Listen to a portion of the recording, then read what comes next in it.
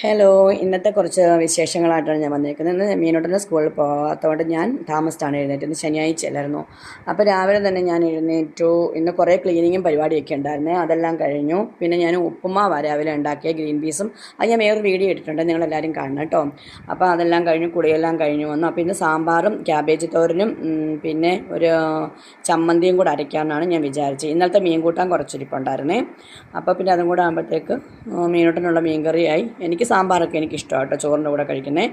അപ്പോൾ ഞാൻ സാമ്പാറെല്ലാം എടുത്ത് എല്ലാം അരിഞ്ഞു, കഷ്ണങ്ങളെല്ലാം ഞാൻ കുക്കറിലിട്ട് വേവിച്ചു.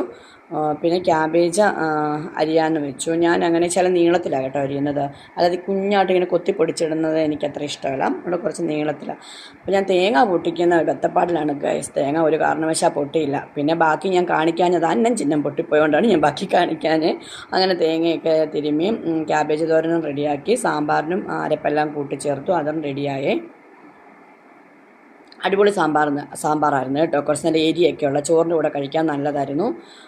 പിന്നെ കുറച്ച് ചമ്മന്തി ഞാൻ പിന്നെ നമ്മുടെ തുണ്ടൻ മീനില്ലേ, കുഞ്ഞു കുഞ്ഞു കൊച്ചു കൊച്ചു പീസ് മീൻ, ആ മീനായിരുന്നു. ചേച്ചി കുറച്ച് കൊണ്ടുവന്ന് തന്നായിരുന്നേ, മുണ്ടക്കയത്തു നിന്ന്.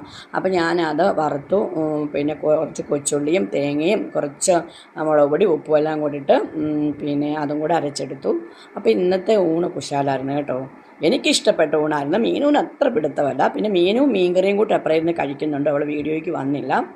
അപ്പം ഇന്നത്തെ വിശേഷങ്ങൾ ഇത്രയൊക്കെ തന്നെയുള്ളൂ. നിങ്ങൾക്ക് എല്ലാവർക്കും എൻ്റെ ചാനൽ ഇഷ്ടമാണെങ്കിൽ നിങ്ങളെല്ലാം ഒന്ന് സബ്സ്ക്രൈബ് ചെയ്യാനും ബെല്ലൈക്കൺ കൊടുക്കാനും മറക്കല്ലേ കൂട്ടുകാരെ. എന്നാൽ ടാറ്റാ.